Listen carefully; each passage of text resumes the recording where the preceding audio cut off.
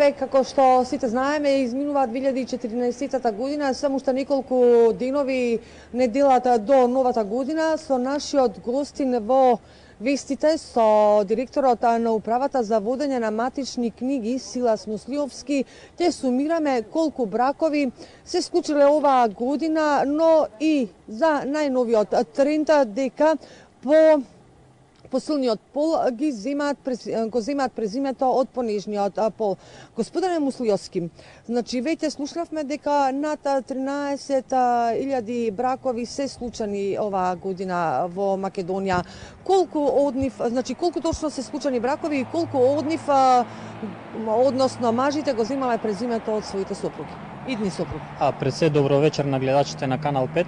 Во текот на оваа календарска година 2014, вкупно на територијата на цела Македонија склучени се 13.562 бракови, од кои само на подрачјето на град Скопје, надвор од матичните подрачја, вклучени се 1153 бракови.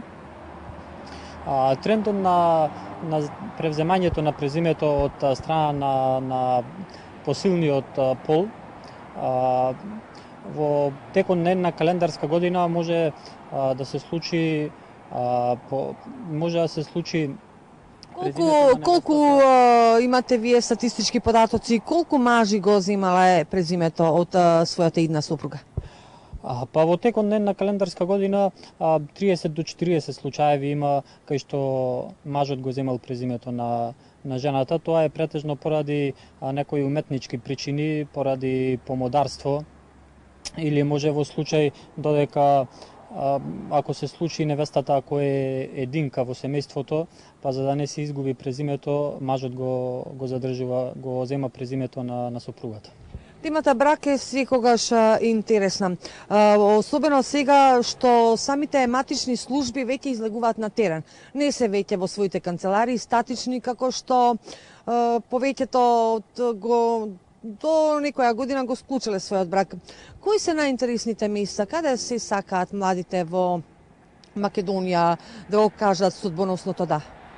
Па има повеќе случаи, претежно браковите се склучуваат во ресторани, може и во домовите кај што живеат некои од брачните другари, меѓутоа има и некои случаи кај што брачните другари се определуваат на некои несекојдневни локации, како што се Порта Македонија, како што се манастирите, црквите низ територијата на Република Македонија.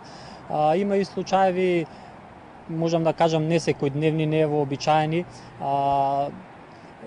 Еден брак имавме таков што се склучи на брод на Охридското езеро, имаше брак што се склучи на клупа во парк, може тоа некој спомен од почетокот на врската помеѓу брачните другари, па сега да го одбележат како најсветол миг. Ја сумираме оваа година.